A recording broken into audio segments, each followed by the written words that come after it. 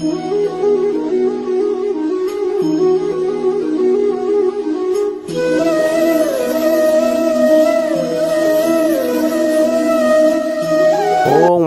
অজ্ঞানতিমিরান্ধস্য জ্ঞানাঞ্জনং শলাকয়া চক্ষুর্মিলিतं येन तस्मै श्रीगुरवे नमः। अज्ञानतिमिरान्धस्य ज्ञानाञ्जनं शलाकया चक्षुर्मिलितं येन तस्मै श्रीगुरवे नमः। ओम अज्ञानतिमिरान्धस्य ज्ञानाञ्जनं शलाकया चक्षुर्मिलितं येन तस्मै श्रीगुरवे नमः। वाञ्छाकल्पतरुभ्यश्च कृपा सिन्धुभ्यो एव च पतितानां पावनेभ्यो वैष्णवेभ्यो नमो नमः। नमो ब्रह्मण्य देवाय गौर्ब्रह्मण्य हिताय जगद्धिताय श्रीकृष्णाय गोविन्दाय नमो नमः। पापहं पापकर्मं पापत्थ पापसम्भव त्रायिमं पुण्डरीकाक्षं सर्वपाप हरहरि तप्तकाञ्चना गौरांगी राधे बृन्दाबनेश्वरी विश्वबानुसुते देवी प्रणमामि हरिप्रिय। हरे कृष्ण हरि बोल। আমি শ্রী দামোদর দাস অধিকারী। আমি আমার গুরু শ্রীমৎ ভক্তি চন্দন আনন্দ গোস্বামী গুরু মহারাজ চরণ যুগলের প্রণাম নিবেদন করে এবং সমস্ত বৈষ্ণব বৃন্দগণের চরণ যুগলের প্রণাম নিবেদন করে ভগবান শ্রীকৃষ্ণ রাধারানীর চরণের প্রণাম নিবেদন করে আজ এই ভগবানের কথা আলোচনা শুরু করছি। তো আজ আমার আলোচ্য বিষয় হলো আমাদের হিন্দু ধর্মের প্রধান ধর্মগ্রন্থ শ্রীমদ্ ভগবদ্গীতার মাহাত্ম্য পর্ব 2। ঠিক আছে, আচ্ছা শ্লোকটা দেখা যাক। আচ্ছা, যে মূঢ় ব্যক্তি পুনঃ পুনঃ অভ্যাসযোগে গীতা জ্ঞান প্রাপ্ত না হইয়া মোক্ষ লাভে ইচ্ছা করিবে সে বালকের ন্যায় হাস্যপদ হয়। ঠিক আছে, যে মূঢ় ব্যক্তি, মূঢ় মানে যারা জ্ঞান নাই, শাস্ত্র জ্ঞান নাই, পুনঃ পুনঃ অভ্যাসযোগে গীতা জ্ঞান প্রাপ্ত না হইয়া মানে গীতা যারা বুঝতে পারে না মোক্ষ লাভে ইচ্ছা করবে। অনেকে গীতা জ্ঞান ছাড়া জীবনে মোক্ষ লাভ অর্থাৎ মুক্তি পাওয়া যাবে না। ঠিক আছে, গীতা জ্ঞান প্রাপ্ত না হয়ে মোক্ষ লাভ ইচ্ছা করে সে বালকের ন্যায় হাস্যপদ হয়। তাই গীতা জ্ঞান জানলেই তবে তার মুক্তি হবে, অযথা মুক্তি সে পাবে না। ঠিক আছে, এটাই হলো এই শ্লোকে বলা হয়েছে। তারপরে বলা হচ্ছে যারা দিবানিশি গীতা পাঠ বা শ্রবণ করেন তারা মানুষ নয় নিশ্চয়ই দেবতা জানিবে।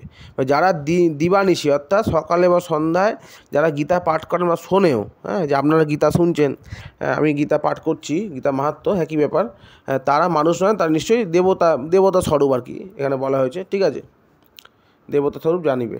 ঠিক আছে, যা দিবানি সকালে সন্ধ্যায় নিত্য গীতা পাঠ করেন, গীতা অভ্যাস করেন। ঠিক আছে, তারপরে বলা হচ্ছে গীতা জ্ঞানকে অবলম্বন করিয়া শ্রীকৃষ্ণ অর্জুনের নিকট জ্ঞানশাস্ত্র সগুণ এবং নির্গুণ ব্রহ্মের তত্ত্বজ্ঞান বলিয়াছিলেন।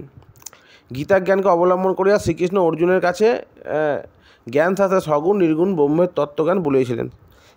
গীতার মধ্যেই ভগবান যত ব্রহ্ম মানে সর্বভেদ, ভগবানই ব্রহ্ম, এই ভগবানের সেই জ্ঞান, ভগবান কীভাবে প্রাপ্ত হওয়া যায়, ভগবানকে কী করে লাভ করা যায়, সব অর্জুনকে কুরুক্ষেত্রের যুদ্ধের সময় শ্রীমদ্ ভগবদ্ গীতার মাধ্যমে ভগবান জানিয়েছিলেন। ঠিক আছে, তারপরে এখানে বলা হয়েছে 11 নম্বর শ্লোকে গীতার অষ্টাদশ অধ্যায় স্বরূপ সোপান ভক্তি অভক্তি দ্বারা বিকশিত, এইরূপ ক্রমে ক্রমে প্রেম ভক্তি আদি কর্মসকল উঠিয়া চিত্তশুদ্ধি হয়ে থাকে।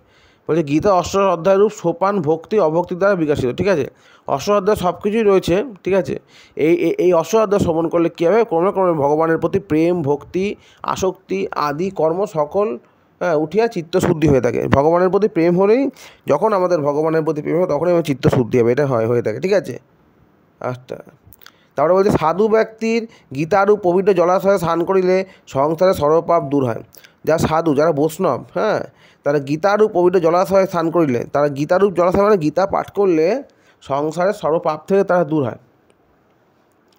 সাধু ব্যক্তির গীতারূপ পবিত্র জলাশয়ে স্নান করিলে, সাধু ব্যক্তির মানে বৈষ্ণবরা যেটা পড়ে গীতা, সেই গীতাতে স্নান করলে সংসার সর্বপাপ দূর হয়। ঠিক আছে, আর যারা শ্রদ্ধাহীন তাদের পক্ষে সেই গীতাপাঠ বৃথা হয়। যারা ভগবানের শ্রদ্ধা তারা গীতাপাঠ বৃথা হয়। ঠিক আছে, যাদের ভগবানের শ্রদ্ধা নাই তাদের গীতাপাঠ বৃথা হয়ে যায়।